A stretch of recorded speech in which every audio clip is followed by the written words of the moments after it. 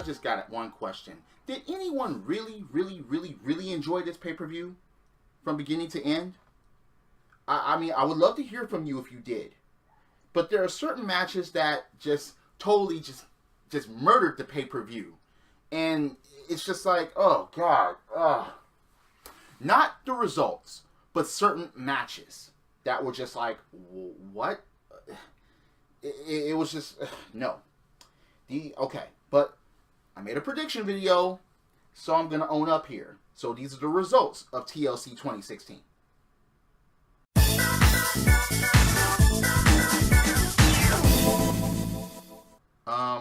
Wow. So you have Randy Orton and Bray Wyatt as tag team champions. Okay, I kind of predicted that this would happen, but at the same time, there was nothing going on for Heath Slater and Rhino. There just wasn't. So during the match, I mean, it's funny because everybody is just waiting for the moment that Bray Wyatt is betrayed by Randy Orton and zap, RKO, and then they go their separate ways. But it didn't happen here. You have Bray Wyatt with his first championship in WWE, and now you have Randy Orton once again a tag team champion. It's funny because SmackDown tag teams are not, no. This, I guess, what they're going for is American Alpha to shoot for something, but I just don't see it. Look, yes, Heath Slater and Rhino, it was their time to lose the belts. It was, because they had it, and then they weren't really doing anything with it. They had a couple of threats, and then they had the Survivor Series thing, but it wasn't all that great of a run. This was just the novelty of filling up with Heath Slater and him having his moments, and that was just it. So you have Bray Wyatt with his first championship, and the end of the match was kind of interesting because Rhino ate an RKO from illegal Randy Orton, and Randy Orton made the fucking cover. Now, it's funny because there was a couple of sacrifices here. Bray Wyatt was about to get hit, and Randy Orton pushed him out of the way, and that's while the tag was made. And then you had Randy Orton about to eat a gore, and then Luke Harper pushed Randy out of the way and ate the gore. So there was a lot of that going on. But after the match, it was kind of epic to see Bray Wyatt with the tag team championship belt and put it on Luke Harper's shoulder. Then Randy Orton, who had snatched the belt from Luke Harper earlier, he put the belt on Luke Harper's shoulder. And then they got in the center of the ring and all three of them posed. Luke Harper was holding up both of the belts, Bray Wyatt on his knees with arms out, and Randy Orton. And I was just like, wow, okay, that was kind of epic. How long are they going to keep this up? Who knows? But you have new SmackDown Tag Team Champions, the Wyatt family, a.k.a. Randy Orton and Bray Wyatt.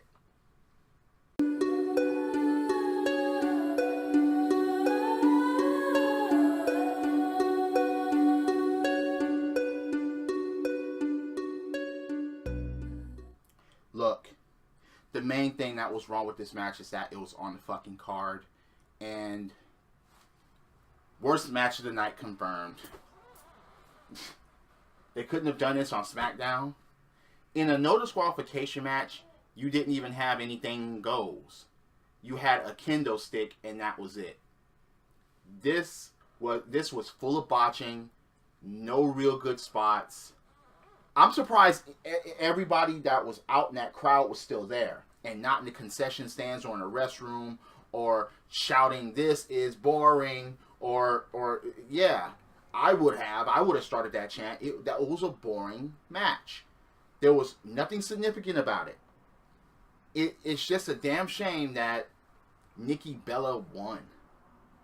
After all that, Nikki actually won the match. And after the match, you get Carmella with a microphone saying that it wasn't her that attacked Nikki at Survivor Series. It was Natalya. And it's like, come on. Just end this and just keep it over with.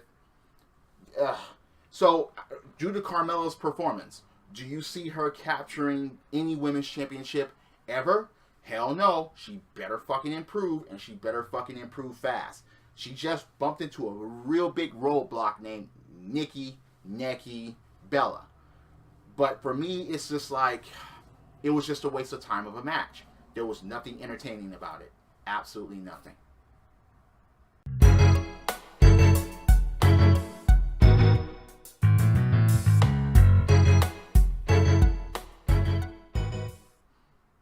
Before I begin here, one thing about TLC, whenever they did a replay, they would show a crowd reaction as far as the replay. And it's like, why are you doing that? You're just going to try to chime in on the WWE universe on how they reacted to a certain move that happens. But anyway, this match, it surprised me. The ladder match actually surprised me. The outcome surprised me as far as how they got it done. Now, as you all may know, I cannot stand The Miz. I cannot. And the ladder match didn't have any good spots on it per se. It didn't. It just, everything was pretty much weak in the match. There was nothing that was real threatening about the match as far as saying that these two are doing everything that they could in order to get the Intercontinental Championship. They played a little, video of history of Hall of Famers and people that have had the damn belt, like Pat Patterson, Don Morocco. You had, again, Bret Hart. They showed Bret and Bulldog. They showed Mr. Perfect. They showed Ricky Steamboat. They showed Shawn Michaels, Razor Ramon. They were showing all these great former Intercontinental champions that got the job done and that put on good matches or great matches or classic matches and so on. And then this mediocre performance. And it was a ladder match. There is no way that this should have been anything remotely close to mediocre. It should have been above that. This should have been at least a mid-card level as far as saying, wow, we actually were glad to see that match. But it wasn't. The outcome, The Miz wins. Now, Spirit Squad didn't show up. Fine. His wife didn't even get involved. Again, fine. He kicked Dolph Ziggler in the nuts twice while they were up the ladder, and so Ziggler fell off so he could get the belt. Once again, fine. And the reason why that's fine is because it was a ladder match and that was fucking legal. It's not like he did anything that resounded cheating or anything. No, that was legal within the match. And he did it. And Dolph, you overselling motherfucker that... Look, again, what happened to Dolph Ziggler? He was supposed to be beyond mid-Carter and at least world championship status or anywhere in between, but he's not. It's just a damn shame that someone with so much talent in the ring is not even past mid-card. But anyway, The Miz wins, and I didn't predict that. I got that prediction wrong. But at the same time, he did not violate any rules of this match on his own. No one interfered. No BS happened. No, they didn't carry him up to get the belt. No, his wife didn't go up to get the belt like I even suggested. So, he kept the belt on his own accord in a ladder match. Yes, he kicked the nuts, but once again, it's legal. So, I can't say anything against that. I just can't. I'm all in the interest of fairness. And he won. He won that match due to the rules. Simple as that.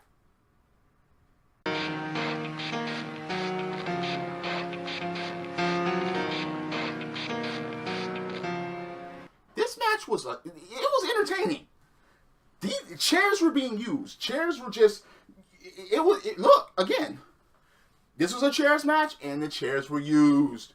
They were smacking each other with the chair. They came up with unique things to do with the chair as far as how they were falling on them or even setting them up. I mean, there was one part in the match though that Baron Corbin was throwing chairs to the ground, stacking them instead of just stacking them lightly. But anyway, I thought it was pretty crazy how this match was better than the fucking ladder match. A chairs match was better than a ladder match. Wow. How the fuck does that happen? Oh, how it happened?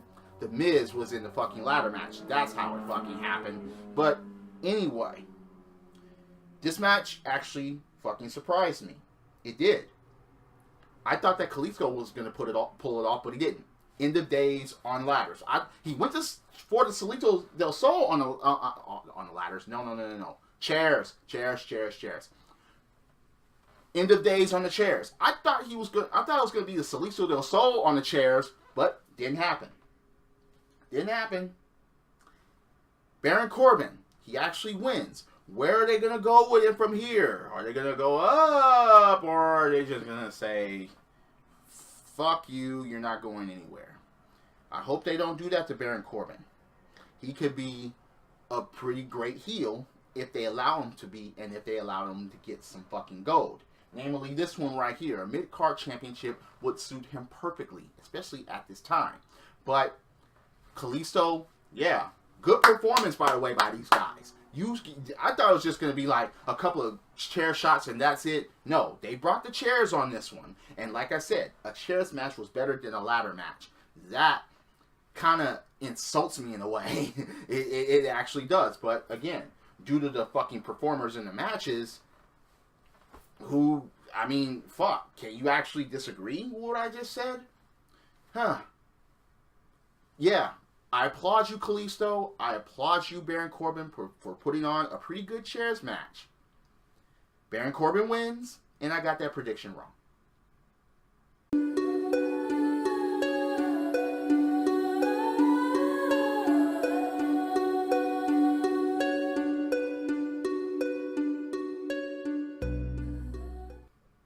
This tables match didn't have enough. It just didn't.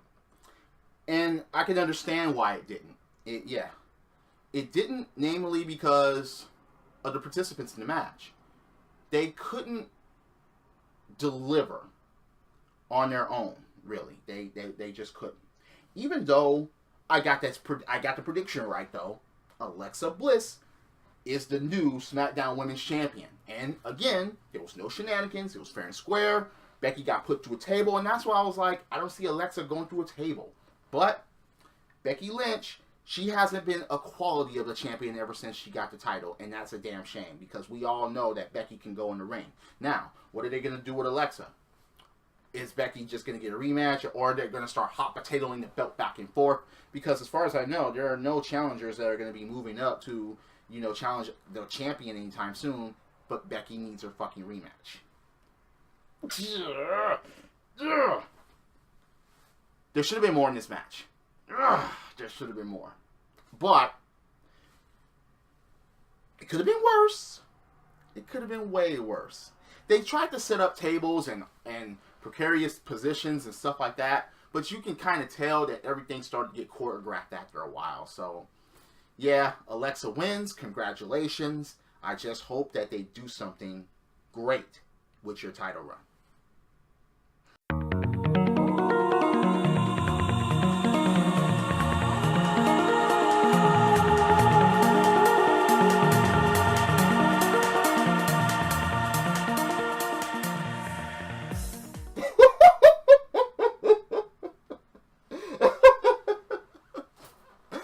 Okay, look. I kind of called this, but I wasn't 100% serious.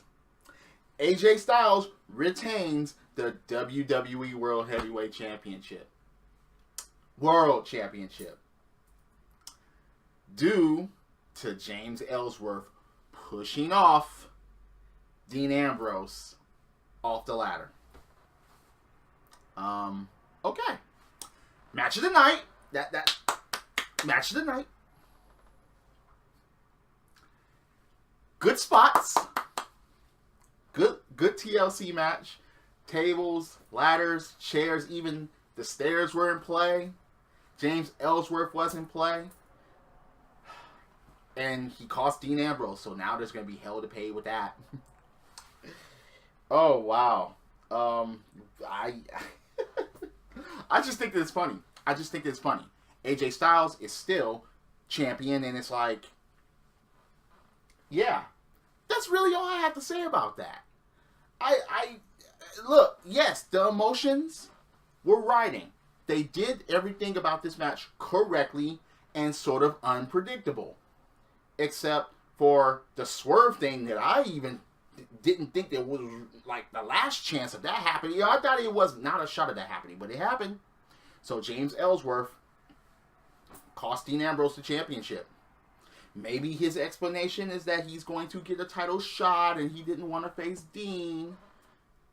And maybe he's like, okay, I've beaten AJ Styles again and again and again, so I can beat AJ Styles for the championship. But I just think that it's so funny how that transpired. So that's TLC in a nutshell. TLC 2016 SmackDown only pay-per-view. There were good matches, great tables. No. My mistake. Great chairs match, great TLC match, and everything else. Oh, and a great tag team championship match. Not great, but it was actually good to a point. But everything else on the card was just, The tables match was kind of, the no disqualification match was hands down the worst match of the night. And then you get a ladder match with barely any good spots in it because of the participants, or one participant in the match, again, who is a total pussy.